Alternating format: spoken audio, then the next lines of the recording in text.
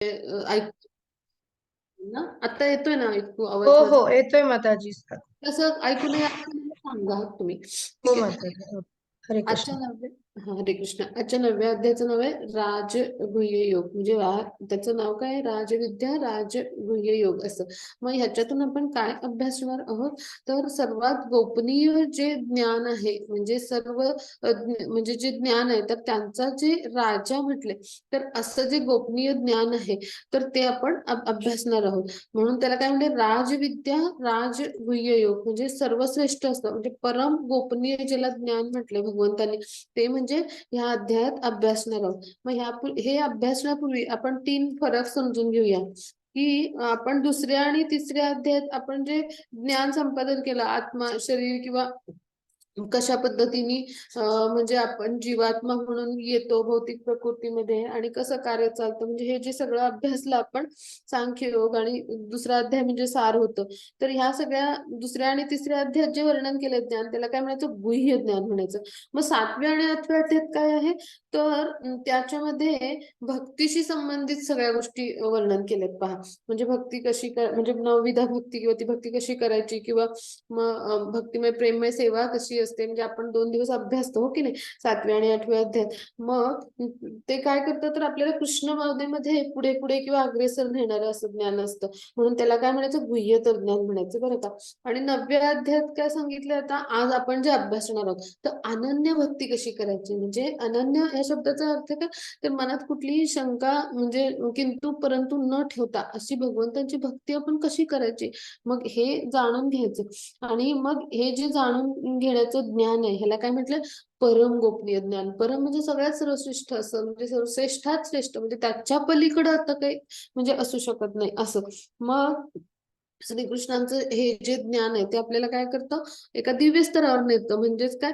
की आपण ह्या भौतिक जगतात असून सुद्धा आपण ह्या भौतिक प्रकृतीच्या 3 गुणांच्या पलीकडे जातो हळूहळू, जी आपण भक्तिमय प्रेममय सेवा करतो त्यामुळं. आणि मग काय होतं? आपण ह्या भौतिक जगात असून देखील आपल्याला भौतिक ह्या क्लेशांचा त्रास होत नाही, ज्याला दुःखालयम शाश्वतम म्हणले, काल आपण अभ्यासलं.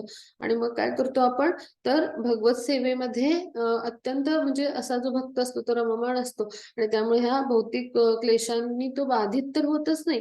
पण असा जो भगवत सेवा करणारा मनुष्य असतो, तो कसा असतो? मुक्तात्मा असतो. म्हणजे ह्याच भौतिक प्रकृतीमध्ये जाऊन आपण मुक्तात्मा अशा ज्ञानाद्वारे होऊ शकतो.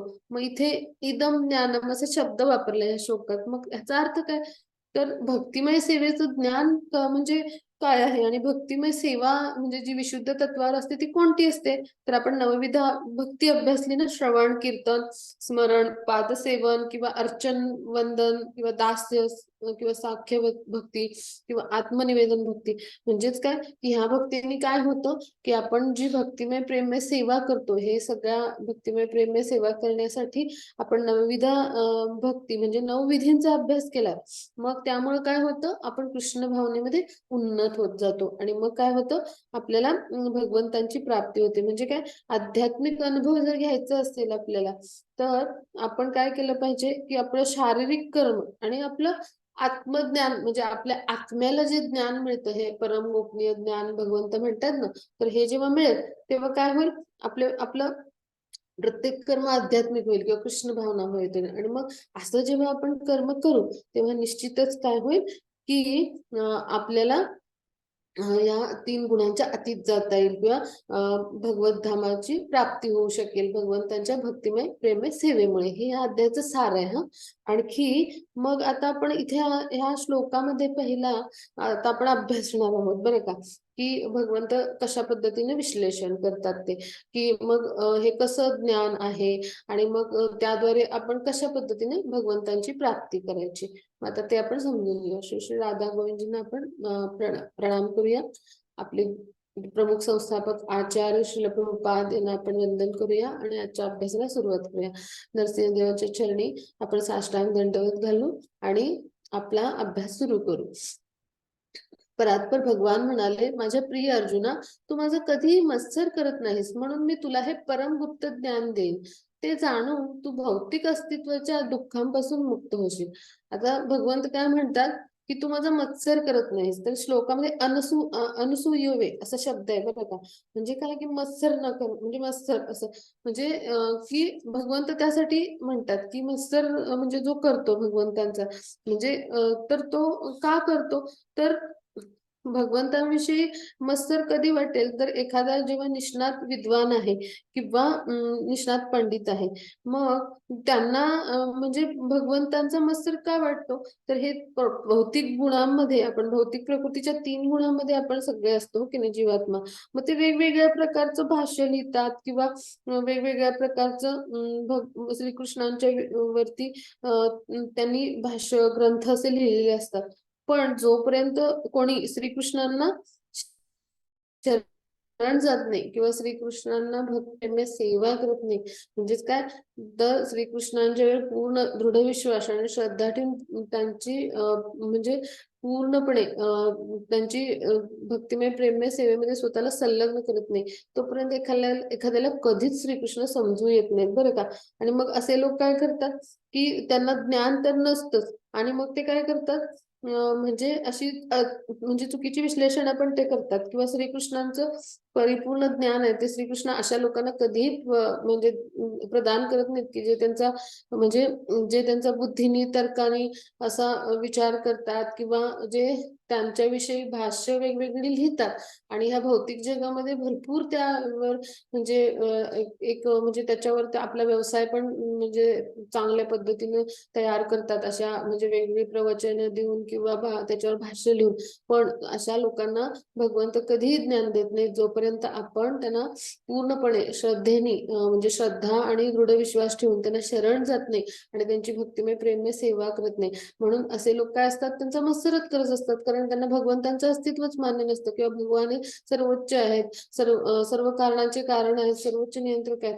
तर ह्याच्यावर त्यांचा विश्वास नसतो आणि मग असे जे लोक असतात मग ते त्यांचा म्हणजे मत्सर करतात किंवा म्हणजे अशा लोकांना काय म्हटले तर ते भगवंतांच्या चारित्र्यावर म्हणजे जे लिहितात असे लोक तर निश्चितच ते मूर्ख आहेत असं म्हटलंय म्हणून अशा भाष्यकारांपासून आपण सावध राहिलं पाहिजे आणि आपण जे भगवंतांचे शुद्ध भक्त आहेत किंवा प्रमाणित आध्यात्मिक गुरु आहेत की जे भगवंतांची भक्तिमय प्रेममय सेवा करतात असा जो भक्त आहे त्यांच्याकडूनच आपण भगवत गीता किंवा असे जे वेगवेगळे उपदेश आहेत भागवतातले हे ऐकले पाहिजे आणि मग जर असं आपण ऐकलं तर काय होईल तर आपल्याला त्याचा लाभ होईल कारण भगवंतांना जे सांगायचंय ते मग असा एखादा भगवंतांचा शुद्ध भक्तच आपल्यापर्यंत पोहोचू शकतो अन्यथा काय होतं बुद्धीने आणि तर्काने भरपूर उच्चतम डिग्री असतील तरी असं कोणी आपल्याला भगवंताविषयीचं ज्ञान देऊ शकत नाही आणि जर मत्सर करत असतील तर बिलकुलच नाही मग अर्जुन कसे आहेत भगवंतांचे पार्षद तर आहेतच उत्तम शिष्य आहेत आणि सखा पण आहेत म्हणजे आणि उत्तम भक्त आहेत आणि मग ते भगवंतावर खूप प्रेम आहे त्यांचं दृढ विश्वास आणि श्रद्धा आहे हे भगवंत जाणतात आणि म्हणून ते काय म्हणतात तू माझा मत्सर करत नाहीस म्हणून मी तुला हे आता परमगुप्त ज्ञान देणार आहे आणि जे ग्रहण केल्यामुळं किंवा घेतल्यामुळं काय होईल तुझ्या ह्या भौतिक अस्तित्वातल्या दुःखापासून मुक्ती होईल म्हणजे काय की ह्या भौतिक जे प्रकृतीचे 3 गुण आहेत तर ह्याच्या अधिपत्याखाली येऊन अर्जुनाची जी अवस्था झाली होती अर्थात ही भगवंतांचीच योजना होती हो की नाही हे आपण अभ्यासलो त्यांनी योगमायेने हे सगळं स्थिती त्याची निर्माण पण ते काय म्हणतात की ह्या भौतिक अस्तित्वाच्या दुःखापासून तू मुक्त होशील म्हणजे ह्या सगळ्या त्रासातून मुक्त होऊन तू योग्य निर्णय घेऊन म्हणजे अशा पद्धतीने तू या दुःखांपासून मुक्त होशील म्हणजे हे आपण पण समजून घेऊया की आपल्यासारख्या सामान्यांची पण अशीच अवस्था असते मग आपण जर हे परमगुप्त ज्ञान ग्रहण केलं तर आपली देखील नक्कीच ह्या भौतिक अस्तित्व म्हणजे पासून म्हणजे अस्तित्वाची जी दुःख आहेत म्हणजे काय तर आपण प्रकृतीच्या 3 गुणांनी मोहित आहोत ह्या सगळ्यापासून आपल्याला सुद्धा मुक्ती मिळेल मग आता आपण पुढे जाऊ हा राजविद्या राजगुह्यं पवित्रमिदमुत्तमं प्रत्यक्षावगम धर्मं सुसुखं कर्तुमव्ययम् सर्व गोपनीय ज्ञानात अत्यंत गोपनीय असे हे ज्ञान म्हणजे सर्व ज्ञानांचा राजा आहे हे पवित्र ज्ञान आहे आणि हे अनुभवजन्य प्रत्यक्ष आत्मज्ञान देणारे असल्यामुळे ते धर्माची परिपूर्णता आहे हे ज्ञान अविनाशी आणि आचरण करण्यास अत्यंत सुखकारक आहे आता भगवंत काय म्हणतात की हे सर्व ज्ञानात गोपनीय आता पहा म्हणजे आपण कसं म्हणतो सर्व सर्व विद्यामध्ये गोपनीय विद्या म्हणजे इथं राजविद्या म्हटलंय म्हणजे आणि सर्व ज्ञानामध्ये गोपनीय म्हणजे सर्व ज्ञानांचा राजा म्हणजे जसं तसं सर्व ज्ञानांचा ह्याला राजा म्हटलंय. तर तसं का म्हटलंय, तर वेगवेगळे जे तत्ववेत्ते होते पूर्वीच्या काळी, गौतम कणाद किंवा कपिल ऋषी होते, शांडिल्य वैश्वानर असेल त्यांनी किंवा व्यासमुनी, मग ह्यांनी वेगवेगळ्या रचना केल्यात वेगवेगळ्या विषयाशी संदर्भात. मग असे जे तत्ववेत्ते होते, तर मग ह्या सगळ्यांनी जे जे काही रचना केल्या त्या सगळ्या ज्ञानापेक्षा हे कसं आहे, श्रेष्ठ ज्ञान आहे. म्हणजे म्हणून त्याला काय म्हणलं, सर्व ज्ञानांचा राजा. आणि म्हणून आणि हे ज्ञान कसं आहे, तर गोपनीय आहे. मग आता ह्याला गोपनीय का म्हटलंय, तर ते आपण अभ्यासूया. तर आपण आत्मा आणि शरीर ह्याच्यातला भेद जाणतो आणि मग त्याद्वारे आपण काय करतो, की आपला जेव्हा आपल्याला आपण शरीर नसून आत्मा हा भेद समजतो, तेव्हा आपण हेही जाणतो की आपण भगवंतांचे नित्य अंश आहोत आणि भगवंत आपले नित्य स्वामी आहेत आणि आपण त्यांचे दास आहोत. आणि आपण काय करायला हवं, भगवंतांची भक्तिमय प्रेममय सेवा करायला. म्हणजे एक प्रकारे ते नातं जागृत होतं. मग हे जाणणं म्हणजेच काय आहे, तर हे दिव्य ज्ञान किंवा असं परम ज्ञान प्राप्त करणं आहे. आणि म्हणून ह्याला काय म्हटलंय, हे अत्यंत गोपनीय किंवा परम गोपनीय असं ज्ञान आहे. आणि हे ज्ञान कसं आहे, अनुभवजन्य आहे. म्हणजे काय, की गुरु शिष्य परंपरेतून हे म्हणजे आपल्यापर्यंत येतं. म्हणजे कृष्णांनी दिलेलं ज्ञान आपण पाहिली, वैष्णव ब्रह्मा वैष्णव गौडीय परंपरा ह्याच्यातून हे आले. आणि शिल प्रभुपाद त्यातले 32वे गुरु आहेत. म्हणजे ह्याच्यातून जेव्हा येतं एक गुरु, आपण प्रत्यक्ष अनुभवाच्या स्तरावर त्या ज्ञानाचं आचरण करतात आणि त्याद्वारे आपल्या शिष्याला उत्तराधिकार देतात. आणि ते जसं आहे तसं, म्हणजे ते एकदम शुद्ध असतं आणि जे कृष्णांकडून आलंय ते तसंच्या तसं असतं. म्हणून त्याला काय म्हणलं, अनुभवजन्य आणि प्रत्यक्ष आत्मज्ञान देणार. म्हणजे आता पहा, आपण इकडे सगळे पाहतो, आपल्या भौतिक जगामध्ये काय आहे, आपल्याला सगळं म्हणजे आपल्या शरीराच्या आवश्यकता पूर्ण करणारं ज्ञान दिलं जातं पहा. म्हणजे काय, की आपण सगळे विषय अभ्यासतो. म्हणजे भौतिकशास्त्र, रसायनशास्त्र, समाजशास्त्र, भूगोल, इतिहास हे सगळं अभ्यासतो. इंजिनिअरिंग, मेडिकल, भरपूर हो की नाही. ह्याच्यावर वेगवेगळ्या संस्था आहेत. त्यानंतर वेगवेगळी विद्यापीठ आहेत. म्हणजे कितीतरी म्हणजे मोठ्या शैक्षणिक संस्था आहेत, विश्वविद्यालय आहेत. पण आपण कधी असं पाहिलंय का, की आपल्याला आत्म्याला ज्ञान देण्यासाठी कोणतं विद्यापीठ आहे किंवा कोणती शैक्षणिक संस्था आहे? तर बिलकुल नाही. म्हणजे काय, की ह्या सगळ्या गोष्टी काय आहेत, आपल्या शरीराच्या आवश्यकता पूर्ण करण्यासाठीच हे कसं ज्ञान आहे, तर बाह्यकारी ज्ञान आहे. म्हणजे हे शिक्षण जे आहे ते. आणि मग ह्याचा आपल्याला काहीच उपयोग नाही, कारण आपलं शरीर आहे ते नष्ट म्हणजे होत असतं. प्रत्येक मृत्यूच्या वेळी आत्मा काय करतो, एक शरीर सोडून दुसऱ्या शरीरात जातो. म्हणजे काय, की शरीराच्या अस्तित्वाला तसा काही अर्थच नाहीये, हो की नाही. आणि मग आत्म्याच्या उपस्थितीविना तर बिलकुलच त्याला म्हणजे काही अर्थ उरत नाही, हे पण आपल्याला माहितीये. मग आपण तरी देखील काय करतो, आपल्या आत्म्याला महत्व देता आपल्या सगळ्या शारीरिक अवस्थाच म्हणजे आवश्यकता ज्या असतात त्या भागवण्यासाठीच आपण अधिक प्रयत्न करतो, हो की नाही. म्हणून म्हणजे आपण हे समजून घेतलं पाहिजे, की हे ज्ञान जे आहे ते आपल्या प्रत्यक्ष आत्म्याला मिळतं. म्हणजे काय, तर आपण आपला आपला मृत्यू जेव्हा होतो, तेव्हा हे जे आपलं अशा पद्धतीचं ज्ञान आपण मिळवलेलं असतं, की जे आपल्या शरीराच्या आवश्यकता भागवणार असतं. तर मृत्यूनंतर आपला जेव्हा मेंदू जळतो, त्यानंतर काय होतं, की जेव्हा आपण पुन्हा जन्म घेतो, म्हणजे आपला आत्मा पुन्हा नवीन दुसरं शरीर घेतो, तेव्हा आपल्याला पुन्हा एबीसीडी पासून हे सगळं जे बाह्यकारी ज्ञान आपण म्हणतो, तर हे मिळवावं लागतं. म्हणजे आपल्याला पुन्हा शिकावं लागतं. पण आपल्याला आत्म्याला जे ज्ञान झालेलं असतं, ते पुढच्या जन्मात आपल्याला मागच्या जन्मात जिथपर्यंत येऊन थांबलो होतो आपण, तिथून पुढचं ज्ञान आपण घेऊ शकतो. म्हणजे म्हणून त्याला काय म्हटलंय, ते कारण आत्मा कसं आहे, तर चिरंतन आहे, सनातन आहे. त्यामुळे त्याला मिळालेलं ज्ञान असतं मागच्या जन्मामध्ये त्याने जे ग्रहण केलेलं असतं, ते त्याच्या पुढचं आपण पुढे शिकू शकतो. आणि म्हणून त्याला काय म्हणले, धर्माची परिपूर्णता आहे. म्हणजे काय, की हे वर्णाश्रम धर्म आहे. त्यानुसार म्हणजे आत्म्याला जेव्हा ज्ञान होतं, तेव्हा आपण म्हणजे त्यानुसार आपलं प्रत्येक कर्तव्य म्हणजे प्रत्येक वर्णाश्रम व्यवस्थेनुसार भगवंतांनी हे जे वर्णाश्रम व्यवस्था सांगितले त्यानुसार आपलं कर्म असतं. प्रत्येक म्हणजे वर्णानुसार जे आपण नियत कर्म किंवा कर्तव्य कर्म करतो आणि ते करत असताना ते विष्णूच्या संतुष्टीसाठी करायचं, म्हणजे यज्ञ कर्म म्हणून करायचं आणि मग त्याचं फळ भगवंतांना अर्पण करायचं. मग असं जेव्हा आपण करतो तेव्हा ते कृष्ण कर्म होतं. आणि म्हणून त्याला काय म्हटलं, हे ज्ञान अविनाशी आणि आचरण करण्यास अत्यंत सुखकारक. का, ते भगवंतांच्याकडून आले आले प्रत्यक्ष, भगवंतांच्या श्रीमुखातून हे आलेलं आहे आणि भगवंतांच्याकडून आलेलं ज्ञान आहे ते अविनाशी, म्हणजे कधीही नष्ट होणार आणि आचरण करण्यास सुखकारक का? तर आपण त्या म्हणजे भक्तिमय प्रेममय सेवेमध्ये भगवंतांचं असलेलं आपलं नातं जेव्हा म्हणजे त्याचं आपण स्मरण करतो, म्हणजे आपल्याला स्मरण होतं, तेव्हा त्या सेवेमध्ये जेव्हा रत होतो तेव्हा ती कशी आपल्याला दिव्य आनंद नेणार आहे. भक्ती कशी आहे, भक्ती मार्ग कसा आहे, तर तो म्हणजे सुखकारक आहे किंवा आनंददायी आहे, किंवा आपल्याला ती मुक्ती देणार आहे, 3 गुणांच्या अतीत नेणारी आहे. आणि म्हणून त्याला काय म्हणले की धर्माची परिपूर्णता तर आहेच, पण त्याबरोबरच हे ज्ञान अविनाशी आणि आचरण करायला अत्यंत सुखकारक आहे. कारण भगवंत जर अविनाशी आहेत, अजन्म आहेत, सनातन आहेत आणि भगवंतांनीच हे ज्ञान आपल्याला दिले, तर भगवंतांकडून आलेलं हे ज्ञान अविनाशी आणि म्हणजे कसं असणार आहे, तर सनातन किंवा चिरंतन आहे. म्हणजे आणि देश कालखंड कधीही काळ म्हणजे युग मनवंतर कायम ते आपल्याला आचरण करण्यासाठी सुखकारक असं आहे. हा भाग आपण समजून घेतला. आता आपण पुढे जाऊ. हे परंतप अर्जुना, ज्यांची या भक्ती मार्गावर श्रद्धा नाही त्यांना माझी प्राप्ती होऊ शकत नाही. म्हणून या भौतिक जगतामध्ये जन्म मृत्यूच्या मार्गावर त्यांचे पुनरागमन होते. म्हणजे काय की भगवंत म्हणतात ज्यांची श्रद्धा नाही माझ्यावर, तर त्यांचं काय होतं, तर त्यांचं पुन्हा पुन्हा या भौतिक जगामध्ये जन्म मृत्यूच्या चक्रामध्ये ते अडकतात. मग असं का होतं, तर हा भाग आपण इथे समजून घेऊया. तर श्रद्धेला म्हणजे भक्तीमध्ये खूप महत्व आहे बरं का. तर हा भाग आपण इथे समजून घेऊ. म्हणजे श्रद्धाहीन लोकांना कधी भक्ती मार्ग साध्य होऊ शकत नाही.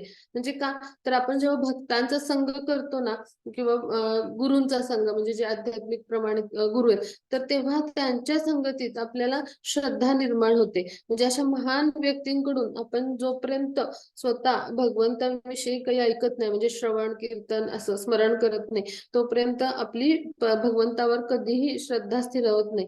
आणि मग जेव्हा आपण ऐकायला लागतो, भक्तांच्या संघात येतो किंवा अशा प्रमाणित आध्यात्मिक गुरूंच्याकडून ज्ञान घेतो, आणि तरी देखील जर एखादा डळमळीत असेल, त्याची श्रद्धा स्थिरावित नसेल, तर त्याला म्हणजे भगवत भक्तीमध्ये तो कधीही दृढ होत नाही, कारण तो श्रद्धाहीन असतो बरं का. हा भाग आपण समजून घेऊया. मग कृष्ण भावनेमध्ये प्रगती करायला काय महत्वाची आहे, तर श्रद्धा अत्यंत महत्वाची आहे. आणि ती कशी असली पाहिजे, तर दृढ असली पाहिजे. म्हणजे भगवान श्रीकृष्णांनी काय सांगितलंय चैतन्य चरितामृत मध्ये, की कृष्णांची सेवा केल्यामुळं मनुष्याला अशी संसिद्धी प्राप्त म्हणजे पहा, भक्तिमय प्रेममय सेवेमुळे काय होतं, आपली दृढ विश्वास निर्माण होतो. आणि त्यालाच काय म्हटले, श्रद्धा किंवा वास्तविक श्रद्धा असं म्हटले. मग ह्याच्या म्हणजे श्रद्धेचा ह्या विकास करायचा म्हणजेच ही कृष्ण भावनेची पद्धती आहे. म्हणजे आता श्रद्धेचा विकास म्हणजे काय, की जसं आपण म्हणजे कृष्णांच्यावर दृढ विश्वास आणि श्रद्धा ठेवतो, तसं काय करतो, त्यांना म्हणजे आपली म्हणजे आपण त्यांना शरण जाऊन भक्तिमय प्रेममय सेवा करतो. आणि सेवेमधून काय होतं, आपले जे हृदय म्हणजे ज्या हृदयावर जी आच्छादनं असतात मायाची किंवा कामाची, तर ती गळत जातात, किंवा आपल्या ज्या अशुद्धी असतात त्या निघून जायला लागतात, आणि आपली शुद्धीकरणाची प्रक्रिया एक प्रकारे कृष्ण भावनेमध्ये सुरू होते. आणि म्हणून काय होतं, की जेव्हा श्रद्धा आपली म्हणजे दृढ होते, तेव्हा हळूहळू आपली म्हणजे भक्ती मार्गावरती म्हणजे आपली प्रगती होत असते. आणि म्हणून त्यासाठी श्रद्धा ही महत्वाची सांगितली. मग ह्या श्रद्धेनुसार 3 प्रकार असतात भक्तांचे. म्हणजे त्यांना म्हणतात म्हणजे प्रथम अधिकारी, नंतर मध्यम अधिकारी आणि कनिष्ठ अधिकारी. म्हणजे काय, की जे असे उच्च म्हणजे श्रेष्ठ अधिकारी असतात, तर ते कसे असतात, त्यांची एकदम दृढ श्रद्धा असते, की म्हणजे ती अशी असते, की म्हणजे श्रीकृष्ण भक्तिशास्त्रामध्ये ते तर निपुण असतात, आणि त्यांची श्रीकृष्णावर पूर्ण श्रद्धा अशी दृढ असते, की म्हणजे भगवंतांच्या इच्छेविना इथे काहीच घडत नाही, हे त्यांना कळून चुकलेलं असतं. कारण ते भक्तिशास्त्र किंवा वेगवेगळी जी शास्त्र आहेत त्यांचं त्यांनी अध्ययन केलेलं असतं, आणि भगवंतच सर्व कारणांचे कारण आहेत हे त्यांना समजलेलं असतं. आणि मग असे जे असतात ते म्हणजे ज्ञानाने युक्त आणि श्रद्धेमध्ये एकदम दृढ श्रद्धेमध्ये असतात, तर त्यांना काय म्हणायचं, ते श्रेष्ठ भक्त म्हणजे प्रथम श्रेणी. मग द्वितीय श्रेणी किंवा मध्यम अधिकारी भक्त म्हणजे काय, त्यांच्याकडे ज्ञान नसतं, पण त्यांची श्रद्धा म्हणजे दृढ असते. मग हळूहळू ते ज्ञान आत्मसात करत असतात. आणि तृतीय श्रेणीचे भक्त म्हणजे काय, तर त्यांना दृढ विश्वासही नसतो आणि पूर्ण ज्ञानही नसतं. म्हणजे अशा पद्धतीने ह्या श्रेणी आहेत. तर हा भाग आपण इथे समजून घेतला. पण आपण हे समजून घ्यायला पाहिजे, की भक्तीचं श्रेष्ठत्व कधी आहे, की श्रीकृष्णांच्या विषयी जर श्रवण केलं आणि त्या आपल्या म्हणजे काही श्रद्धा जर उत्पन्न नाही झाली तर मग असे लोक श्रद्धाहीनच असतात. म्हणजे काय की शास्त्रामधील कृष्ण लीलेची जर वर्णन ऐकून आपल्याला ती कृष्णाची अनावश्यक प्रशंसा वाटली तर मग असा व्यक्ती श्रद्धाहीनच ठरतो आणि मग त्याचं काय होतं या भौतिक जगतामध्ये जन्म मृत्यूच्या मार्गावर तो पुन्हा पुन्हा येत जातो. म्हणजेच काय तो भौतिक प्रकृतीच्या 3 गुणांमध्ये बांधला जातो. पण का तर तो मायेच्या ह्या प्रभावाखाली असतो. पण जो भक्तिमय सेवा करत असतो तो काय करतो तर भक्तिमय सेवेद्वारे भगवंतांच्या कथा लीला ऐकून नवविधा भक्ती करून अशा पद्धतीने स्वतःला कृष्ण भावनेमध्ये उन्नत करतो आणि त्याद्वारे तो काय करतो तर भक्तियोगामध्ये दृढ होत जातो किंवा उन्नत होत जातो आणि स्वतःला या जन्म मृत्यूच्या म्हणजे फेऱ्या म्हणजे जे फेऱ्यामधून म्हणजे त्याचा प्रवास योनीमधून झालेला असतो तर त्याच्यातून म्हणजे स्वतःची सुटका करून घेण्यासाठी तो असे प्रयत्न करत असतो. आणि हे प्रयत्न म्हणजे काय असतात भगवंतांची भक्तिमय प्रेममय सेवा आणि त्या सेवेद्वारेच तो काय होतो मुक्तात्मा बनतो आणि भगवंतांची प्राप्ती करू शकतो. आता आपण पुढे जाऊ. मी माझ्या अव्यक्त रूपाद्वारे हे सर्व जगत व्यापले आहे. हे सर्व जीव माझ्या ठायी आहेत परंतु मी त्यांच्या ठायी नाही. आता इथे काय म्हणतात भगवंत की म्हणजे भगवंतांनी अव्यक्त रूपाद्वारे सर्व जगत व्यापलं आहे. तर याचा अर्थ काय हे आपण समजून घेऊया आणि पुढे म्हणतात ते माझ्या ठायी सगळे जीव आहेत पण मी त्यांच्या ठायी नाही. मग असं का तर हे आपण समजून घेऊया. म्हणजे आपण आता हे समजू की जेव्हा म्हणजे आपल्याला भौतिक इंद्रियांच्या द्वारे आपण भगवंतांना जर समजून घ्यायला गेलो म्हणजे भगवंतांचं नाम रूप गुण लीला ह्या सगळ्या गोष्टी कशा आहेत तर आपल्याला शक्य आहे का म्हणजे आपल्यासारखी व्यक्ती की ज्याचं म्हणजे भौतिक इंद्रिय आहेत आपली म्हणजे आपली अपूर्ण इंद्रिय आहेत आणि मग अपूर्ण इंद्रियांद्वारे जी गोष्ट पूर्णपणे आध्यात्मिक आहे आणि जी भौतिक नाही ती आपल्याला बिलकुल समजून येणार नाही. म्हणून त्यासाठी आपण काय करायला पाहिजे भगवंतांची भक्तिमय प्रेममय सेवाच करायला पाहिजे आणि मगच भगवंत आपल्याला समजू येतील किंवा आपल्याला ते म्हणजे त्यांचं स्वरूप स्थिती किंवा त्यांचं कसं कार्य आहे कर्म कसं आहे हे समजू शकेल. अन्यथा आपण त्यांना समजू शकत नाही आणि म्हणून भगवंत काय म्हणतात की म्हणून कोणी असं समजू नये की ह्या सगळ्या वेगवेगळ्या म्हणजे शक्ती आहेत भगवंतांच्या तर त्याद्वारे ते सगळीकडे ब्रह्मांडामध्ये सर्वव्यापी आहेत. मग याचा अर्थ भगवंतांचं वैयक्तिक अस्तित्व नाही असं कोणी समजून घेऊ नये. तर ह्या सगळ्या म्हणजे भगवंतांची ऐश्वर्य किंवा शक्ती विस्तार जरी असले तरी भगवंत यांच्यापासून अलिप्त राहतात स्वतंत्र राहतात आणि ह्याला काय म्हटलंय अचिंत्य भेदाभेद तत्व म्हणजे सगळ्या गोष्टी म्हणजे नियंत्रण किंवा सगळ्यांचं पोषण भगवंत स्वतः वेगवेगळ्या आपल्या शक्ती विस्ताराने करतात. आपण मागच्या अध्यायात पाहिलं आध्यात्मिक शक्ती आणि भौतिक शक्ती यांचा विस्तार करतात किंवा त्यांच्या संयोगाद्वारे पण स्वतः मात्र ह्या कुठल्याही भौतिक गोष्टीमध्ये ते अडकत नाहीत अलिप्त राहतात आणि ह्याला अचिंत्य भेदाभेद तत्व असं म्हणतात. आणि म्हणून आपण काय समजून घेतलं की भगवंत म्हणतात की सर्व जीव माझ्या ठायी असतात पण मी त्यांच्या ठायी स्थित नाही. आता इथे आपण पुढचा श्लोक पाहूया. मोघाशा मोह आता जे 9.12 ते कसं हा मोघाशामोघ कर्माणो मोघ ज्ञान विचेतसा राक्षसीमासुरींचैव प्रकृती मोहिनी श्रिता. जे अशा प्रकारे गोंधळलेले आहेत ते राक्षसी आणि नास्तिक विचाराने आकर्षित होतात. त्या भ्रमित अवस्थेत त्यांच्या मुक्तीच्या आशा त्यांच्या फलदायी क्रियाकलाप आणि त्यांची ज्ञान संस्कृती या सर्वांचा पराभव झालाय. म्हणजे काय की जे असे गोंधळलेले असतात म्हणजे काही जणांना काय म्हणजे हे भगवंतांचं जे प्रकटीकरण आहे मनुष्य अवतारामध्ये ते येतात मध्ये लीला करतात किंवा भगवंतांचं कर्म कसं आहे किंवा भगवंतांचं स्वरूप स्थिती म्हणजे भगवंतांचं म्हणजे जे सामान्य रूपामध्ये येऊन ते लीला करतात तेव्हा त्यांच्या ते दिव्य मूळ स्वरूपातच प्रकट होत असतात. मग म्हणजे हे समजून घेण्यामध्ये बऱ्याचशा ना अशा म्हणजे जे नास्तिक म्हणजे नास्तिक असं म्हणता येणार नाही पण असे जे रजोगुणामध्ये स्थित व्यक्ती असतात तर त्यांचा गोंधळ झालेला असतो आणि किंवा जे निर्विशेषवादी असतात त्यांचा गोंधळ झालेला असतो आणि त्यामुळे काय होतं की भगवंतांच्या ज्या वेगवेगळ्या शक्ती विखुरलेल्या आहेत किंवा त्यांचं जे अचिंत्य भेदाभेद तत्वाद्वारे कार्य चालतं तर ते त्यांना समजत नाही आणि ते गोंधळून जातात असे जे असतात ते भक्त.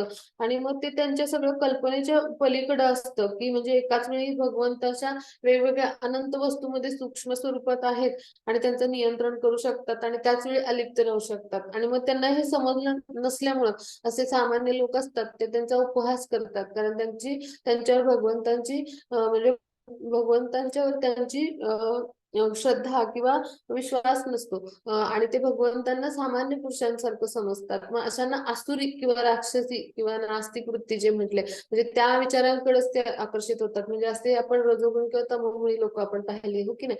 मग ते भ्रमित म्हणजे काय, की ह्या भौतिक प्रकृतीच्या 3 गुणांनी ते भ्रमित मोहित झालेले असतात. मग त्यांना कितीही ज्ञान जरी असलं, त्यांनी हे सगळं म्हणजे भगवंतांच्या विषयीचं ज्ञान, शास्त्रांचं ज्ञान जरी अभ्यासलेलं असलं, तरी त्यांना भगवंतांची श्रद्धाही नसते आणि दृढ विश्वासही नसते. आणि ते मूर्ख संकल्पनामध्ये गुंतलेले असतात, की भगवंतांना ते कोणी मायावी समजतात, म्हणजे अशा वेगवेगळ्या लीला करणारे आणि म्हणजे मायावादी समजतात. आणि त्यामुळे काय होतं, की त्यांना जरी ज्ञान असलं तरी ते म्हणजे सकाम कर्मामध्ये ह्या भौतिक प्रकृतीमध्ये लिप्त असतात. त्यामुळे त्यांच्या मुक्तीच्या असतात आशा, म्हणजे ह्या 3 गुणातून मुक्त होण्याच्या ह्या पण फोल ठरतात. आणि मग फलदायी क्रियाकलाप म्हणजेच काय, की जी फळ मिळतात वेगवेगळे त्यांची जी कर्म आहेत, तर त्यामध्येच ते गुंतलेले राहतात. आणि त्यामुळे काय होतं, त्यांना पुन्हा पुन्हा या जन्ममृत्यूच्या फेऱ्यात यावंच लागतं. म्हणजे नुसतं ज्ञान असून उपयोग होत नाही, म्हणून त्यांनी काय म्हटलं, ज्ञान संस्कृती या सर्वांना चा पराभव झाला आहे असं का म्हणतात. तर ते भ्रमित असतात, म्हणजे प्रकृतीच्या 3 गुणांच्या प्रभावाखाली असल्यामुळं ते अशा विचारांनी आकर्षित होतात. आणि त्यामुळे काय होतं, ते भगवंतांवर दृढ श्रद्धा विश्वास ठेवत नसल्यामुळं काय होतं, ते प्रकृतीच्या 3 गुणांनी बद्ध राहतात आणि मग ते जन्ममृत्यूच्या फेऱ्यात पुन्हा पुन्हा येतच राहतात. मग त्यांना असलेलं ज्ञानाचा त्यामुळे पराभव होतो. म्हणजे ते फक्त ज्ञान काही आपल्याला देऊ शकत नाही मुक्ती. त्यासाठी आपल्याला भक्तिमय प्रेममय सेवा करायला पाहिजे.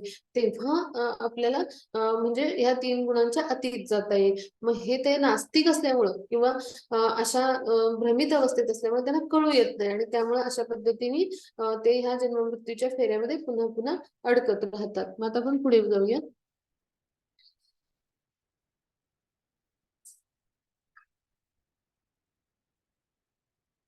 हा, महात्मानस्तु मां पार्थ दैवीं प्रकृतिमाश्रिता भजन्त्यन्य मनसो ज्ञात्वा भूतादिम अव्ययम. हे पार्थ मोहित न झालेले महात्मेजन दैवी प्रकृतीच्या आश्रयाखाली असतात. ते भक्तीमध्ये पूर्णपणे युक्त झालेले असतात, कारण ते मला सृष्टीचे आदिकारण आणि अविनाशी पुरुषोत्तम भगवान म्हणून जाणतात. म्हणजे काय, की इथं आता बरोबर याच्या उलट आहे. म्हणजे काय, की महात्म्यांची हे सगळ्या महात्मा कोणाला म्हणायचं, तर त्याचे गुण सांगितले बरं का भगवंतांनी. आता दैवी प्रकृती म्हणजेच काय, की जे भगवंतांची म्हणजे आध्यात्मिक स्तरावर म्हणजे जे असतात, म्हणजे युक्त झालेले, म्हणजेच काय, की जे सत्वगुणातून प्रगती करून शुद्ध सत्वगुणात स्थित झालेले असतात, तर त्यांना काय म्हणायचं, दैवी प्रकृती. म्हणजे भगवंतांच्या आश्रयाखाली ते पूर्णपणे आलेले असतात. मोहित न झालेले म्हणजे काय, तर प्रकृतीच्या 3 गुणांमध्ये ते कधीही मोहित न होता असे ते दैवी प्रकृतीच्या आश्रयाखाली आलेले असतात. म्हणजेच काय, की भगवंतांच्या ते आश्रयाखाली येतात एक प्रकारे. आणि मग असे जे असतात त्यांनी जाणलेलं असतं, की भगवंतच सर्व कारणांचे कारण आहेत, किंवा भगवंतच परमपरमेश्वर आहेत, किंवा भगवंतच सच्चिदानंद आहेत, हे जाणतात. आणि त्यामुळे सृष्टीचे अधिकार म्हणजे हे सगळं सृष्टी किंवा भौतिक प्रकृती हे सगळं भगवंतांनी निर्माण केलं. आणि ते कसे आहेत, अविनाशी आहेत भगवंत, हे सगळं जाणतात. ते पुरुषोत्तम भगवान म्हणून सुद्धा ते भगवंतांना जाणतात. आणि मग ते भगवंतांच्या भक्तीमध्येच युक्त राहतात आणि भक्तिमय प्रेममय सेवेमध्येच युक्त राहतात. आणि ते सतत म्हणजे भगवंतांच्या आनंदासाठी संतुष्टीसाठी प्रत्येक कर्म करतात. म्हणून त्यांना काय म्हटलंय, की हे असे महात्मे जन असं त्यांना म्हटलंय. म्हणजे ही महात्म्याची लक्षण आहे. एखादा महात्मा काय करतो, नेहमी भगवंतांच्या भक्तिमय प्रेममय सेवेमध्ये रत राहतो. आणि त्याद्वारे म्हणजे तो काय करतो, तर दैवी प्रकृतीमध्ये एक प्रकारे स्थित झालेला असतो. म्हणजे काय, तर म्हणजे असे जे महात्मे असतात ते भगवान श्रीकृष्णांना शरण तर जातातच, पण ते शरण जाऊन काय करतात, भगवंतांची म्हणजे भक्तिमय प्रेममय सेवेसाठी स्वतःचं जीवन अर्पण करतात आणि त्याद्वारे ते मुक्तात्मा बनतात.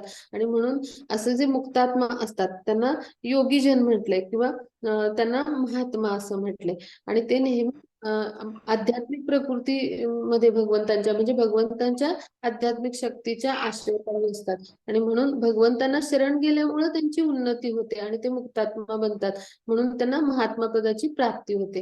हा भाग आपण इथे समजून घेऊया. मग इथे चित्रात दाखवले ते माधवेंद्र पुरी आहेत, त्यांची गोष्ट आहे. हे असे मुक्तात्मा म्हणजे महान महात्मा होते, म्हणजे उच्च कोटीचे भगवंतांचे भक्त आहेत आणि त्यांची ही गोष्ट आहे. तर एकदा काय परिक्रमा करून येतात माधवेंद्रपुरी आणि ते झाडाखाली बसतात, भगवंतांच्या पवित्र महामंत्राचा जप करत संकीर्तन करतात, भजन गातात दिवसभर. मग त्यांच्या गुरूंनी त्यांना जी दीक्षा दिलेली असते त्यानुसार ते जर आपणहून कोणी त्यांना भिक्षा घातली तरच ते भिक्षा स्वीकारत असत, पण ते माधुकरी कधी मागून आणत नसत. मग त्यांना दिवसभर काहीच खायला मिळत नाही, मग ते भजन करत तिथे संध्याकाळ होते तरी बसलेले असतात. मग तिथे एक असा काळासर मुलगा एक मडकं घेऊन येतो आणि त्याच्यामध्ये दूध असतं. मग तो सांगतो, माझ्या आईने सांगितलंय की इथे माझ्या गावात कोणीही उपाशी राहता कामा नये. मग तुम्ही हे दूध प्या आणि मग नंतर मी ते माझं भांडं घ्यायला येईन तुमच्याकडे, असं सांगतो आणि तो मग निघून जातो. मग ते पितात त्यांनी दिलेलं दूध त्या मडक्यातलं आणि ते झोपी जातात. मग रात्री त्यांना स्वप्न पडतं. मग स्वप्नामध्ये तोच पुन्हा काळा सावळा मुलगा येतो आणि त्यांना सांगतो की इथे शेजारी जी वन आहेत तिथे मी झुडपामध्ये एका झाडाच्या मुळाखाली अडकून पडलोय आणि मला खूप घुसमटायला होते, तर तू मला बाहेर काढ आणि माझ्यावर चंदनाचा म्हणजे मला खूप उष्मा जाणवते, चंदनाचा लेपाचं म्हणजे लेपन कर असं म्हटल्यावरती मग त्यांना लक्षात येतं की हे स्वतः प्रत्यक्ष भगवंत आहेत आणि ते त्यांनी तो दृष्टांत दिला. मग ते काय करतात, सकाळी उठून गावकऱ्यांना सगळी गोष्ट सांगतात, त्यांना गोळा करतात आणि तिथे जाऊन उत्खनन करतात. मग तिथून अर्चविग्रह मिळतात भगवंतांचे. मग त्याला गोपीनाथ असं म्हणतात, म्हणजे गोवर्धन पर्वतावर मग ते त्याची म्हणजे प्राणप्रतिष्ठा त्यांनी केली आहे स्वतः. तर ते प्रत्यक्ष भगवंत आहेत, म्हणजे गोपीनाथजींचं मंदिर आहे. म्हणजे अशा पद्धतीने महात्मा जे असतात ते काय असतात, नेहमी भगवंतांच्या कृपाछत्राखाली असतात, म्हणून त्यांना काय म्हटले, दैवी प्रकृतीच्या आश्रयाखाली असतात. मग आपण पुढे जाऊ.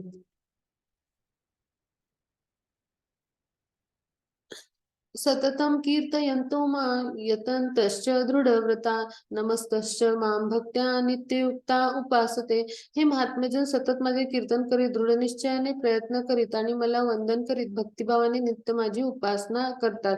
म्हणजे हे महात्मेजन काय करतात, तर सतत माझे कीर्तन करतात. म्हणजे काय, तर महात्म्यांची वैशिष्ट्य काय आहे, तर ते नेहमी श्रीकृष्णांचं गुणगान कीर्तन करण्यात रममाण असतात, त्यांना इतर कोणतेही कार्य नसते. आणि दुसऱ्या शब्दात सांगायचं तर काय झालं, ते सतत भगवंतांची लीला कर्म गुण नाम ह्याची म्हणजे ह्यामध्येच रममाण असतात आणि मग त्यांच्यामध्येच त्यांना आनंद मिळतो की भगवंतांची म्हणजे प्रत्येक गोष्टीचे ते सतत स्तुती करत असतात आणि म्हणून ते भगवंतावर कसे असतात, खूप आसक्त असतात. म्हणजे सतत भगवंतांना म्हणजे प्रत्येक वेळी भगवंतांच्या संतुष्टीसाठी भगवंतांच्या कोणती गोष्ट आवडेल अशी करण्यामध्ये ते रममाण असतात आणि म्हणून ते काय करत असतात, नित्य भगवंतांना वंदन करत असतात. भगवंतांची भक्तिभावाने उपासना म्हणजे काय, की श्रवणम कीर्तनम विष्णू म्हटलं, म्हणजे अशा पद्धतीने भगवंतांच्या आनंदासाठी प्रत्येक वेळेला ते कृती करत असतात. म्हणजे या 3 भक्तींचं महत्व खूप आहे. म्हणजे स्मरण भक्तीचं तर अत्यंत महत्व आहे, आपण काल पाहिलं.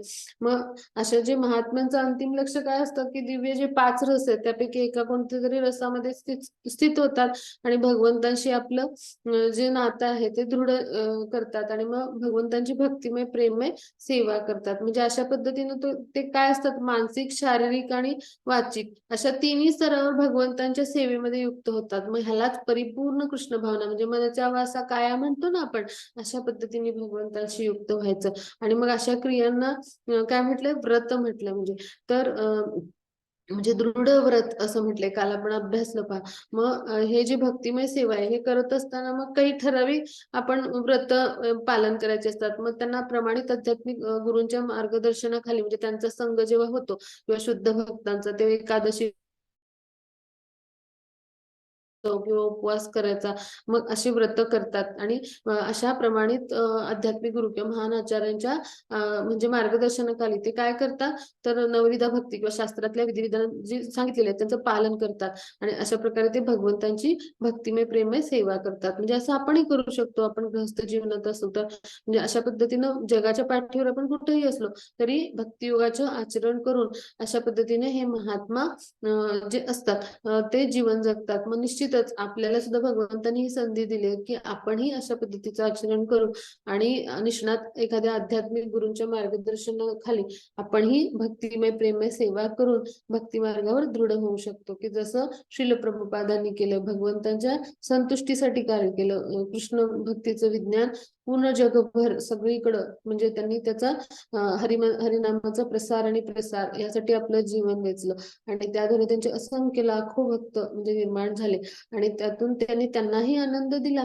आणि स्वतःही घेतला. म्हणजे खरा भक्त काय करतो, असं भगवंतांची भक्तिमय प्रेममय सेवा करतो. म्हणून त्याला काय म्हणतात, चालता बोलता योगी असं म्हणतात किंवा महात्मा असं म्हणतात. आता आपण पुढे जाऊ.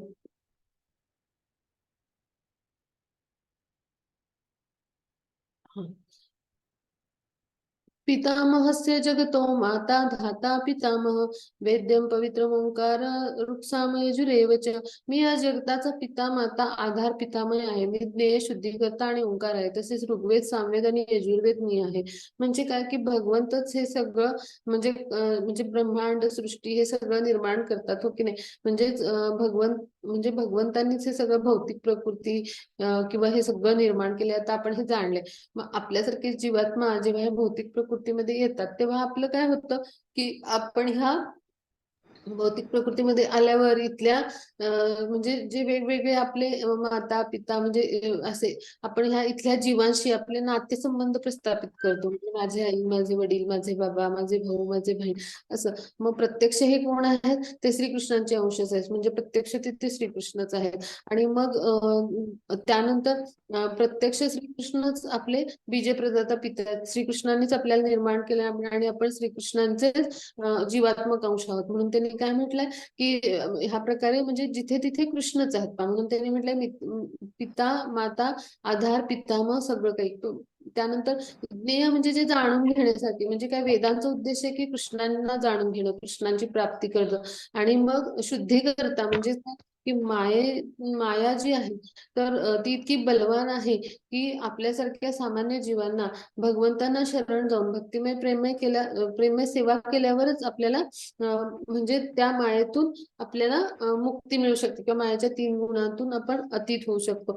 मग ह्यासाठी त्यांना काय म्हटलं, शुद्धी करता म्हणजे आपल्या हृदयावरची शुद्धी म्हणजे जी कल्मश असतात म्हणजे तर ती सगळी निघून जायला सुरुवात होते किंवा अशुद्धी असतात त्या निघून जायला सुरुवात होतात जेव्हा आपण भगवंतांची भक्तिमय प्रेममय सेवा करतो. म्हणून त्याला शुद्धी करता म्हटले. आणि मग वेदांत यजुर्वेद सामवेद ऋग्वेद तर ह्या वेदांचे कोण आहेत तर स्वतः व्यास मुनी म्हणजे भगवंतांचे 27 अवतार आहेत. म्हणजे तिथेही कृष्ण आहेत आणि वेदांचा पहिला शब्द काय, ओंकार. म्हणजे कृष्णांना विद्वेषण प्रत्येक वेदांचं सुरुवात ओंकाराने.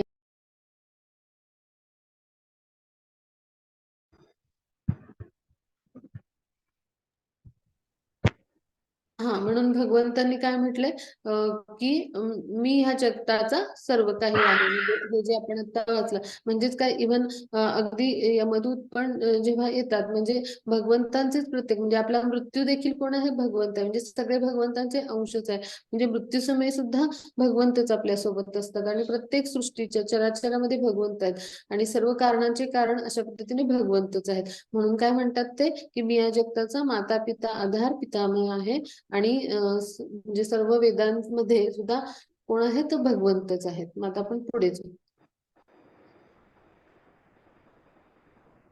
मीच ध्येय पोषण करता प्रभू साक्षी निवास आश्रयस्थान अत्यंत जीवलग मित्र आहे. उत्पत्ती आणि प्रलय सर्वांचा आधार विश्राम स्थान अविनाशी बीज ही मी आहे.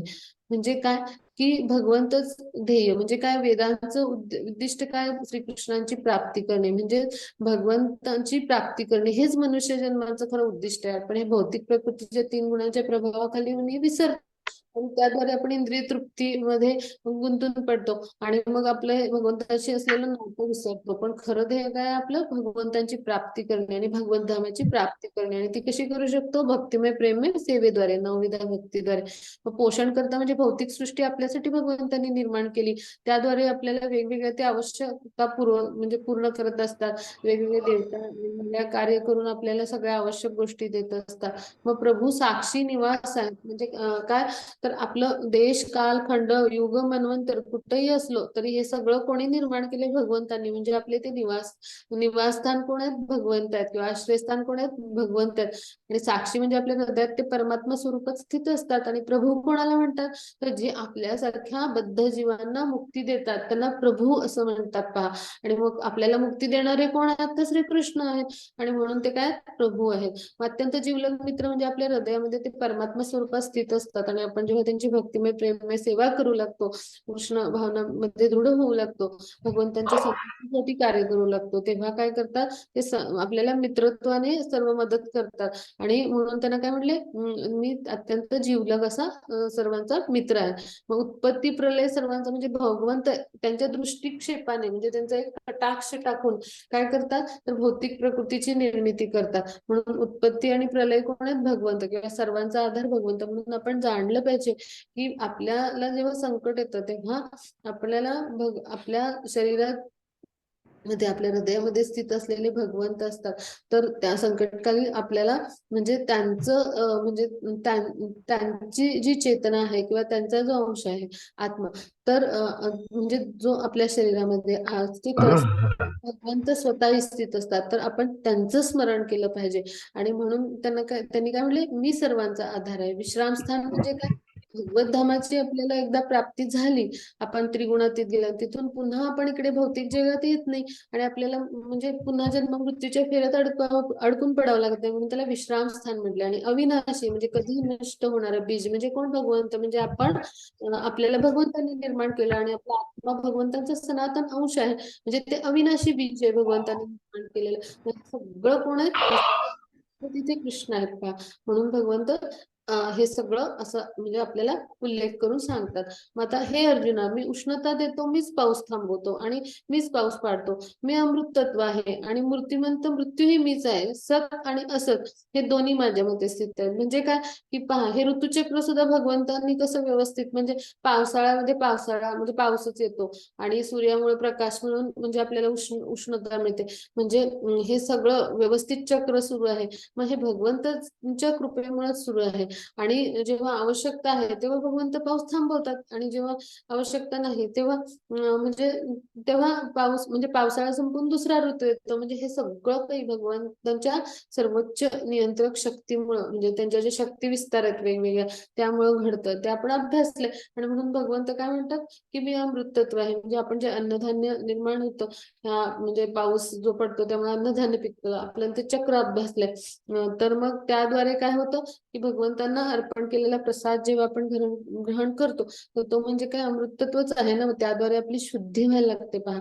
आणि असा प्रसाद ग्रहण केल्यामुळं आपली शुद्धीकरणाची क्रिया घडून आपण कृष्ण भावनेमध्ये दृढ व्हायला लागतो. आपल्यावरच्या भौतिक अशुद्धी ज्या असतात अनेक जन्मांच्या म्हणजे काम म्हणजे ज्या वेगवेगळी मायाची आच्छादन असतात आपली तर ती हळूहळू नष्ट व्हायला लागतात. म्हणून त्याला अमृतत्व म्हटले. किंवा मूर्तिमंत मृत्यू म्हणजे यमदेवता म्हणजे तर हे हे जे कोणी आहेत तर हे सगळे भगवंतांनी नेमलेले प्रशासकीय अधिकारीच आहेत. ते नित्य त्यांचे सेवक आहेत.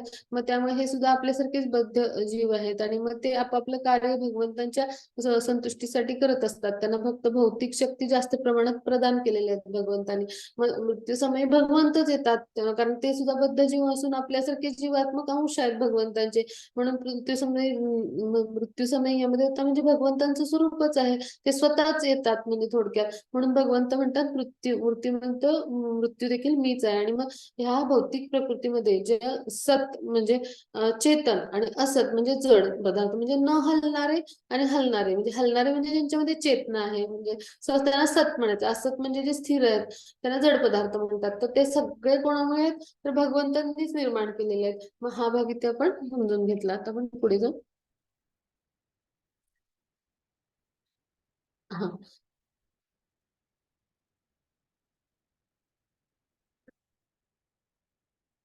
वेदाध्ययन करणारे आणि सोमरसाचे पान करणारे स्वर्गलोकाची प्राप्ती करीत अप्रत्यक्षपणे माझेच पूजन करतात. असे पापकर्मांपासून शुद्ध झालेले लोक इंद्राच्या पुण्यलोकामध्ये जन्म घेतात. त्या ठिकाणी ते देवामध्येच देवाप्रमाणे दिव्य भोग उपभोगतात. याप्रमाणे स्वर्गलोकातील अमर्याद विषय सुखाचा भोग घेऊन पुण्यकर्म क्षीण झाल्यावर ते पुन्हा या मृत्यूलोकात परत येतात. अशा रीतीने वेदोक्त धर्माचे पालन करून जे इंद्रिय भोग प्राप्त करतात त्यांना पुन्हा पुन्हा केवळ जन्म मृत्यूच्या चक्रात पडावे लागते. म्हणजे काय तर जे वेदांचं जे अध्ययन आहे ना, हे म्हणजे कशासाठी केलं जातं, तर म्हणजे भगवंतांची प्राप्ती करण्यासाठी. हे खरं वेदांचा उद्देश आहे. कृष्णांची स्वरूपस्थिती जाणणे आणि कृष्णांची प्राप्ती करणे.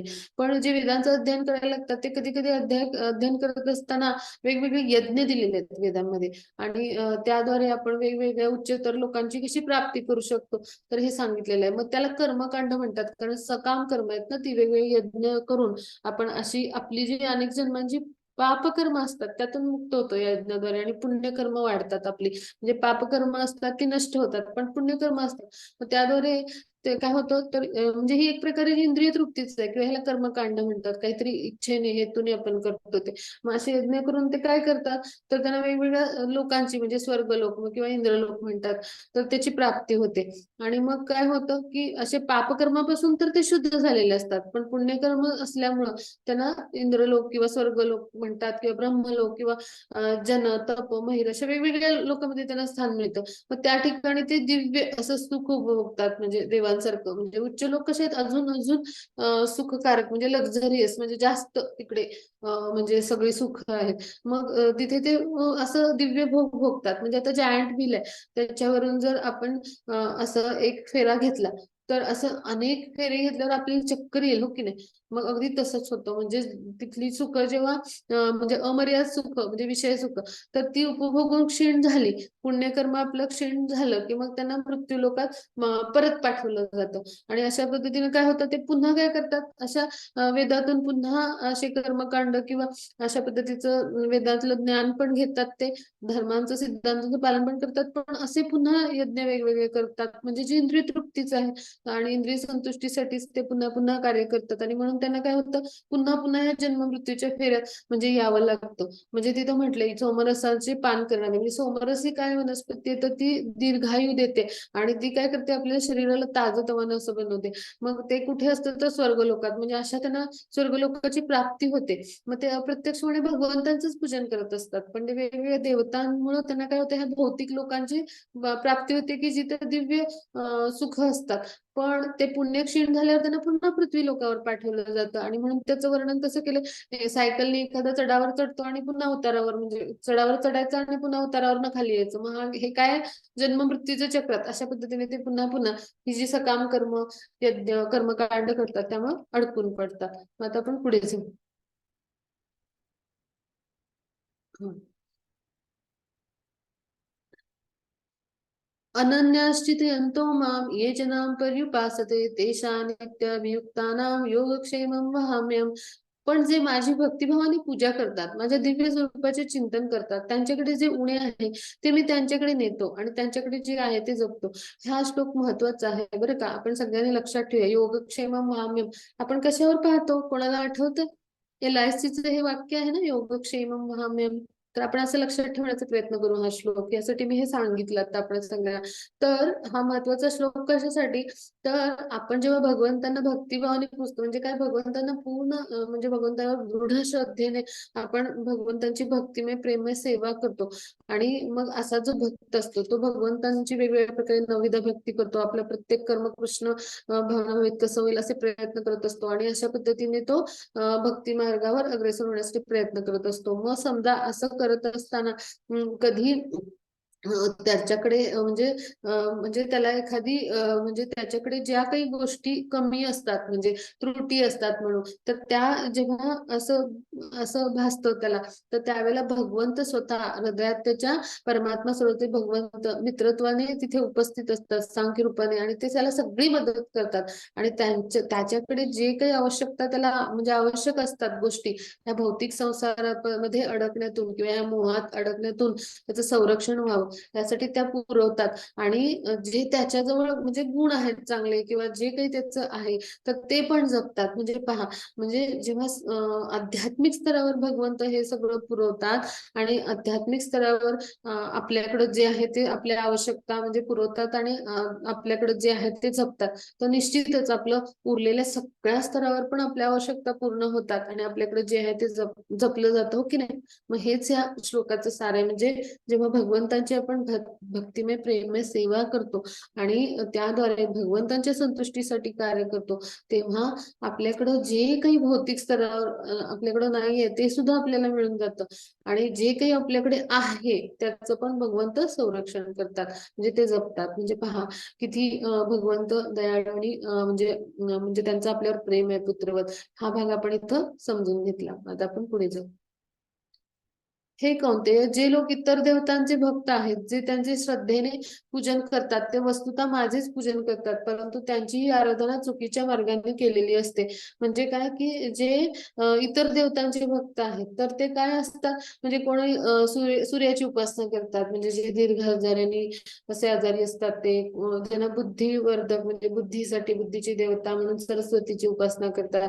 मग काही ब्रह्माजींची करतात, काही शिवांची करतात.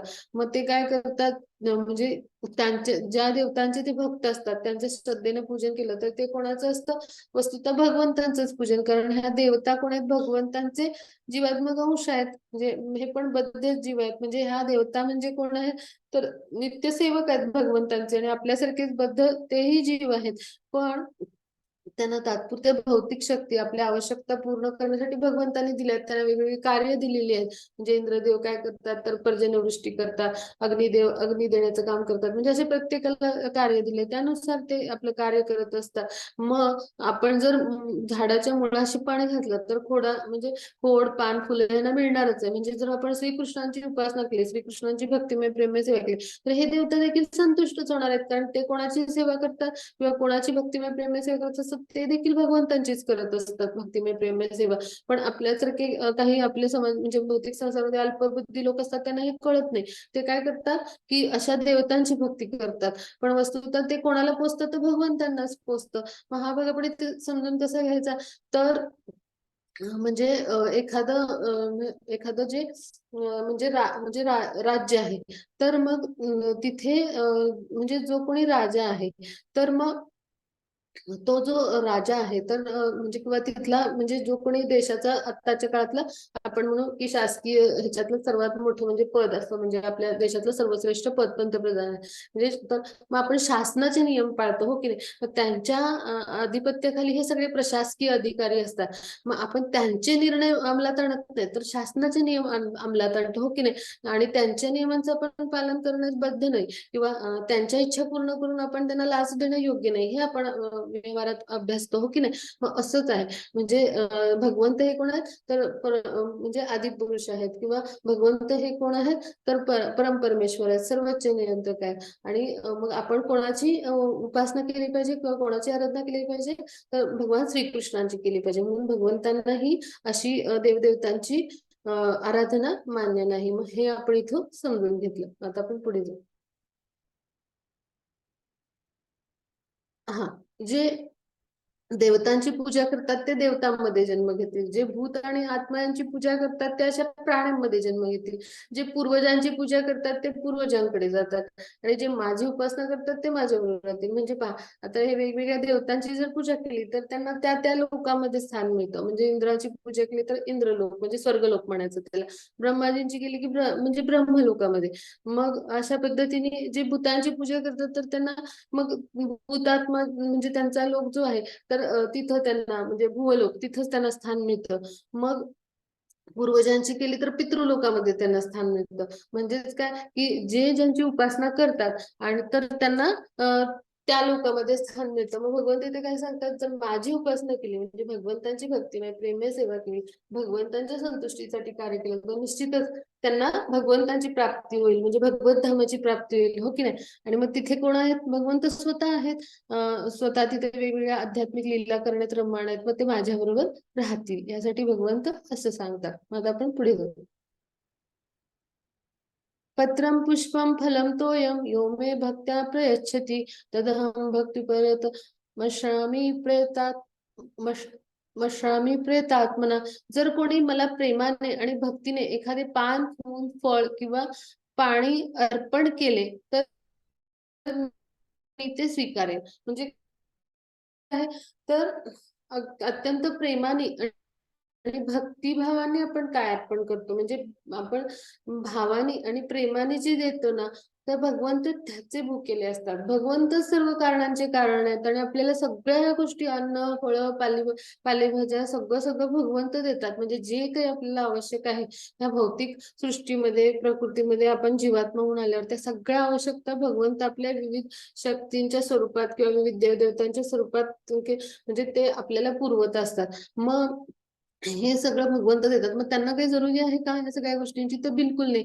म्हणजे मग भगवंतांना जेव्हा एखादा भक्त प्रेमाने आणि भक्तीने एखादं अगदी पान म्हणजे तुळशीचं पान, फूल एखादं, फळ किंवा जल आपण म्हणजे पाणी अर्पण केलं तर निश्चितच भगवंत ते स्वीकारतात. म्हणजे पहा भगवंत किती दयाळू आणि कृपाळू आहेत. म्हणजे भगवंतांना काय हवं असतं तर तुमचा भाव आणि प्रेम म्हणजे तुमची शरणागती हवी असते. म्हणून ते एखाद्या अभक्ताकडून कधीही म्हणजे अशा कुठल्या गोष्टीचा स्वीकार करत नाही. किंवा भगवंतांनी काय सांगितलं आपल्याला शरीराला आवश्यक असणाऱ्या सगळ्या वस्तू निसर्गामध्ये सगळ्या गोष्टी विपुल प्रमाणात दिल्यात. फळं, भाजीपाला म्हणजे हे सगळं म्हणजे अन्नधान्य.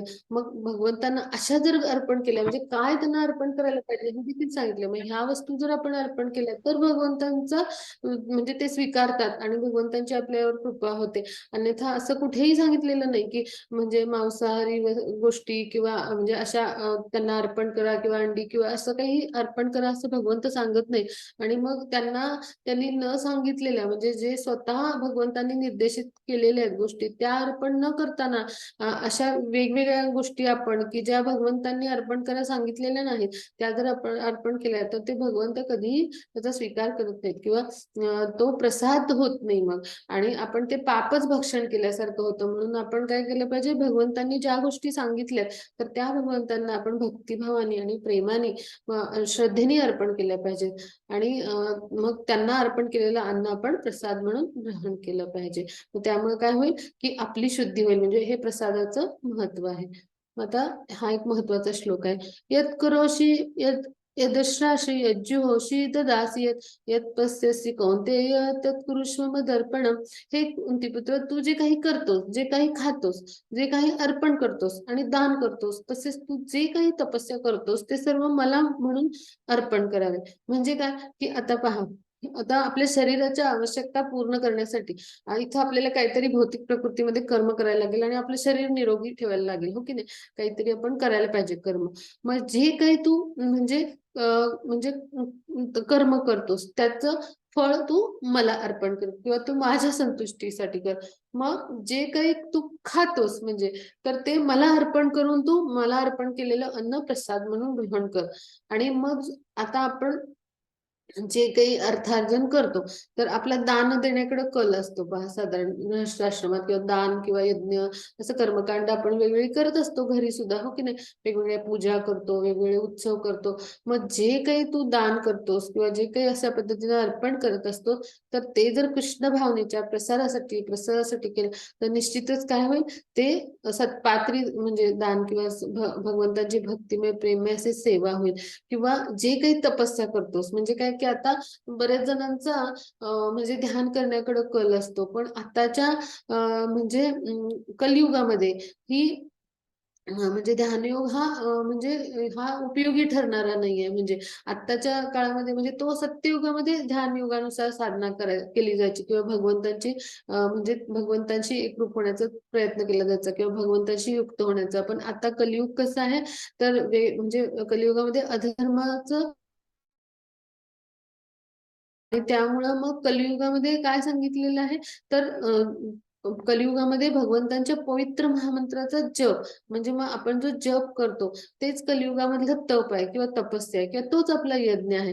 मग जे काही आपण तपस्या करतो ते भगवंतांना ते अर्पण आपण जर केलं म्हणजे भगवंताच्या संतुष्टीसाठी आपण म्हणजे हा श्रीकृष्णाच्या महामंत्राचा जप केला तर निश्चितच काय होईल तर भगवंतांची आपल्यावर कृपा होईल. म्हणजे जे काही आपण करतो ते भगवंतांना आपण अर्पण केलं आणि करत राहिलो तर निश्चितच काय होईल की म्हणजे आपण जे काही अन्न खातो की तर म्हणजे ते भगवंतांना अर्पण केलेला प्रसाद आपलं कर्म भगवंतांच्या संतुष्टीसाठी त्याचा फळावर आसक्त न होता ते भगवंतांना अर्पण करून म्हणजे त्यानंतर आपण दान किंवा आपण यज्ञ म्हणजे जे काही आपण करणार आहोत असं कर्मकांड तर हे सगळं आपण भगवंतांना म्हणजे प्रसारासाठी त्यांच्या भक्तीच्या अशा पद्धतीने आपण कृष्ण भावनेसाठी काही म्हणजे असं करू शकलो आणि मग आपण कृष्णांच्या महामंत्राचा जो जप करतो तर तो देखील कृष्णांच्या संतुष्टीसाठी केला तर निश्चितच काय होईल आपल्यावर पण भगवंतांची कृपा होईल हो की नाही.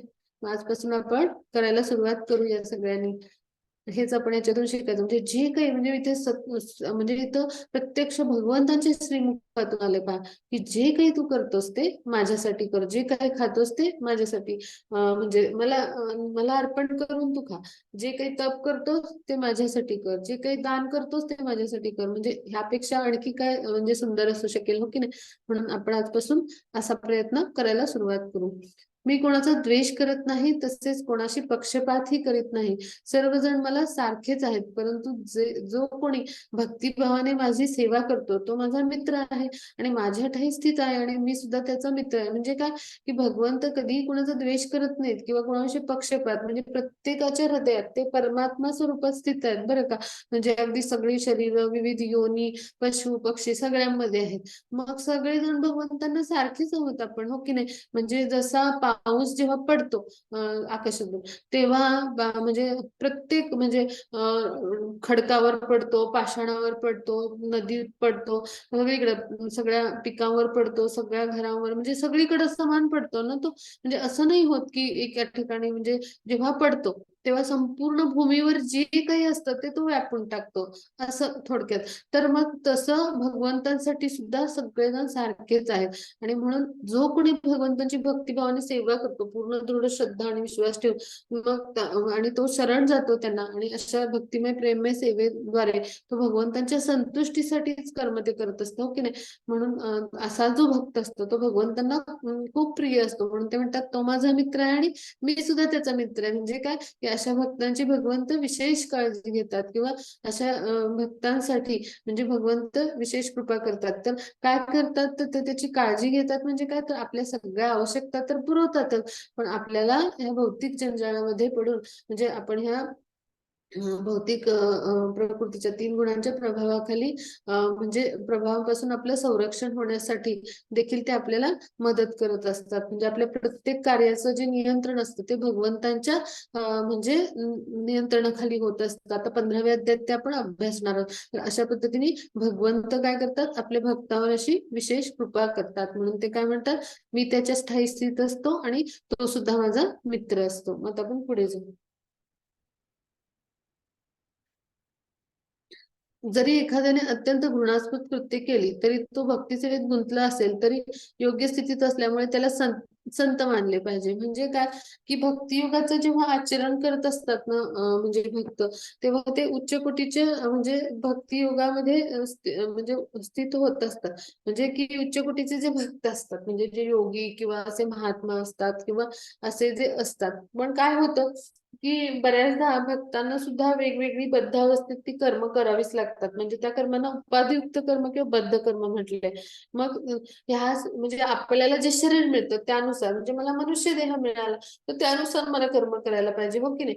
मग जरी ते म्हणजे कृष्ण भावनेमध्ये दृढ असतील अगदी महात्मा असतील योगी पण माया जे इतकी म्हणजे इतकी बलवान आहे तर त्यामुळे ती कधी कोणाला भौतिक आसक्तीमध्ये किंवा भौतिक ह्या संसारामध्ये पुन्हा म्हणजे ती एक प्रकारे काय करेल पुन्हा आसक्ती निर्माण करेल हे सांगता येत नाही. म्हणजे किती उच्च कोटीचा कोणी भक्त किंवा शुद्ध भक्त असेल आणि त्यामुळे काय होतं, एखाद्या अशा भक्ताचं म्हणजे तो आध्यात्मिक कर्म आणि आपलं बद्ध कर्म हे म्हणजे एकाच वेळी तो करत असतो. म्हणजे काय, की कधी कधी भक्तियुक्त कर्म आणि शरीराशी संबंधित कर्म अशी एकमेकांशी समांतर चाललेली असतात.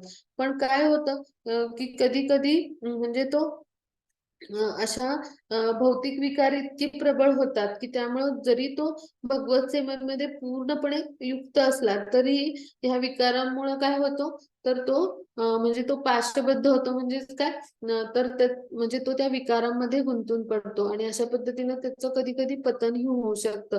पण त्यांनी म्हणजे हे सर्व जाणून घेऊन तो जर भक्ती सेवेत पुन्हा गुंतला आणि प्रमाणित आध्यात्मिक जे गुरु आहेत तर त्यांच्या मार्गदर्शनाखाली त्यांनी पुन्हा भगवंताची भक्तिमय प्रेममय सेवा करायला सुरुवात केली तर निश्चितच तो पुन्हा म्हणजे अशा पद्धतीचं त्याचं स्थान प्राप्त करू शकतो किंवा दिव्यत्वाला पोहोचू शकतो. म्हणून भगवंत काय म्हणतात, तो योग म्हणजे तो म्हणजे त्याच्याकडून असं काहीतरी कृत्य घडलं मायेच्या प्रभावामुळे. कारण वेगवेगळे संत योगीजन महात्मे ह्यांचं सुद्धा पतन झालेलं आहे, अशी उदाहरणं आपण अभ्यासलीत. मग त्यामुळं असं जर एखाद्या भक्ताचं बाबतीत गुणास्पद कृत्य घडून त्याचं पतन घडलं पण तो भक्ती सेवेत गुंतला असेल तर निश्चितच त्याला कधीही आपण म्हणजे त्याची उपहास करू नये किंवा त्याची हेटाळणी करू नये, तर त्याला आपण संतच मानलं पाहिजे. आणि म्हणजे असं आपण त्याचा उपहास करून किंवा त्याची हेटाळणी करून एक प्रकारे ते काय करत असतो, तर तो एक अपराधच आपल्याकडून होत असतो. म्हणून आपण काय केलं पाहिजे, की आपण अशा व्यक्तीला संतच मानलं पाहिजे. आणि आपण देखील म्हणजे भगवंतांची जी भक्तिमय प्रेममय सेवा करत असतो तर तेव्हा ते करत असताना असे जे भक्त आहेत त्यांना देखील सन्मानपूर्वकच वागवलं पाहिजे. मग आता आपण पुढे जाऊ.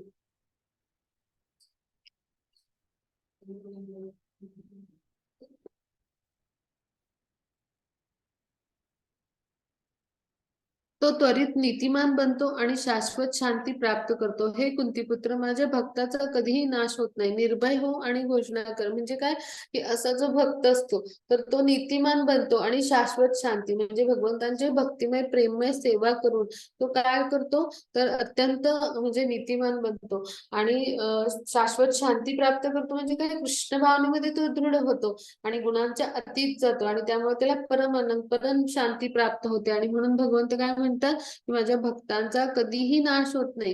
म्हणजे निर्भय होणे घोषणा कर. म्हणजे काय, की जे भगवंतांची भक्तिमय प्रेममय सेवा करतात तर त्यांचा कधीही नाश होत नाही, तर ते गुणांच्या अतीत जातात आणि भगवत धामाची प्राप्ती करतात.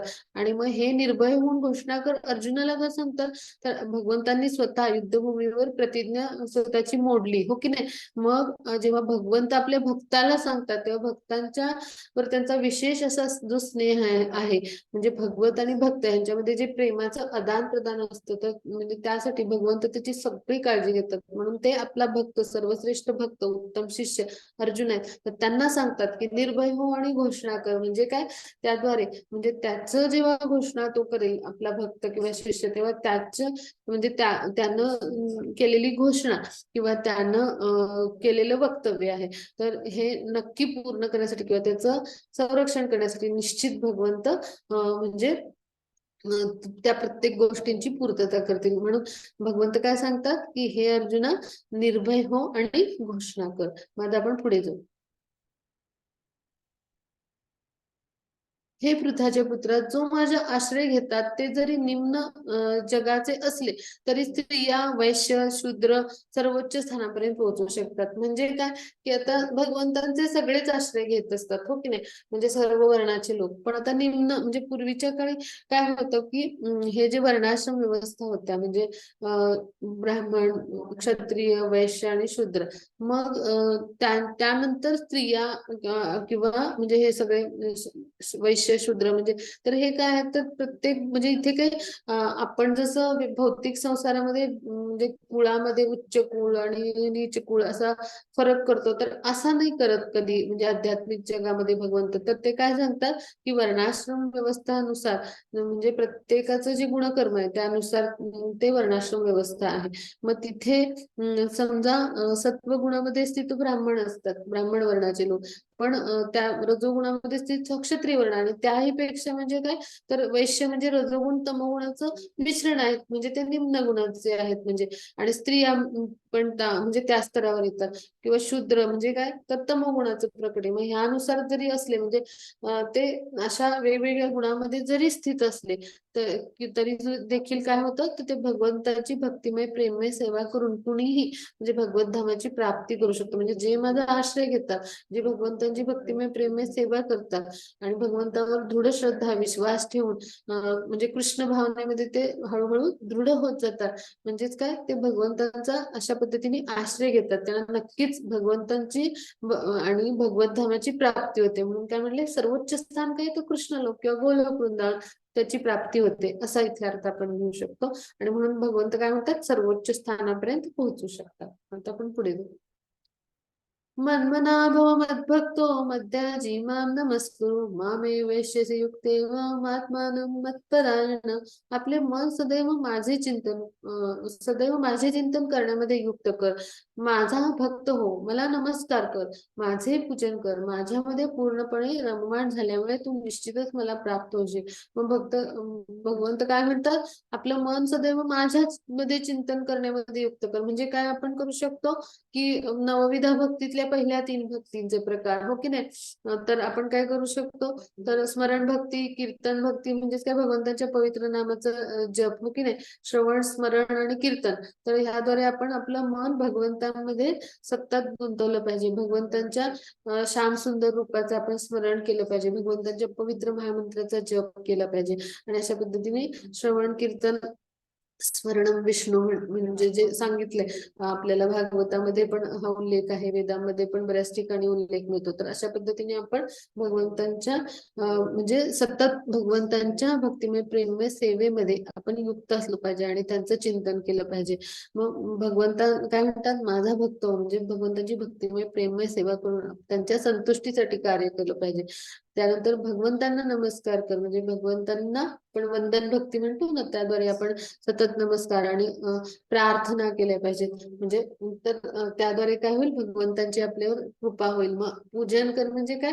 तर अर्चन भक्ती तर त्याद्वारे आपण भगवंतांच्या अर्चविग्रहांची पूजा केली पाहिजे अर्चविग्रहांच्या मंदिरात सुद्धा अर्चविग्रह असतात त्यांच्या सेवेसाठी पण आपण जाऊ शकतो भक्त म्हणजे काय की भगवंतांची प्रेममय म्हणजे सेवा मग सेवा आपण वेगवेगळ्या पद्धती पादसेवा म्हणजे प्रत्यक्ष भगवंतांच्या चरण कमलांची सेवा म्हणजे नवविधा भक्तीतले टप्पे मी सांगते तर अशा पद्धतीने आपण भगवंतांची भक्तिमय प्रेममय सेवा करू शकतो म्हणजे एखाद्या मंदिरात जाऊ शकतो तिथे वेगवेगळ्या सेवा देऊ शकतो आपल्या घरात अर्चविग्रह असतात तिथं भगवंतांची आपण वेगवेगळ्या प्रकारची सेवा करू शकतो म्हणजे काय माझ्यामध्ये पूर्णपणे रममाण झाल्यामुळे तू निश्चितच मला प्राप्त होशील म्हणजे एखादी व्यक्ती गृहस्थ आश्रमात असेल तर भगवंतांच्या आपण जे काही अर्थार्जन करतो त्यातलं काही म्हणजे त्याच्यातून काही भगवंतांसाठी फळं फुलं आणण्यासाठी भगवंतांचे छान छान कपडे आणण्यासाठी अर्चविग्रहांसाठी भगवंतांच्या छान छान वस्तू अर्पण असं आपण आणू शकतो ना म्हणजे आपण कितीतरी विविध प्रकारे सेवा करू शकतो हो की नाही म्हणजे हे एक उदाहरण दिलं अशा पद्धतीने भगवंतांच्या भक्तीमध्ये आपण पूर्णपणे रममाण झाल्यामुळे निश्चितच काय होईल आपल्याला भगवंतांची प्राप्ती होईल मग हेच आपण हाच महत्वाचा श्लोक आहे की ह्याद्वारे आपण समजून घेतलं की अनन्य भक्तीद्वारे भगवंतांची कशी प्राप्ती करायची हेच 9व्या अध्यायाचं सार होतं इथे आपला आजचा अध्याय संपला कोणाला काही शंका असतील तर विचारूया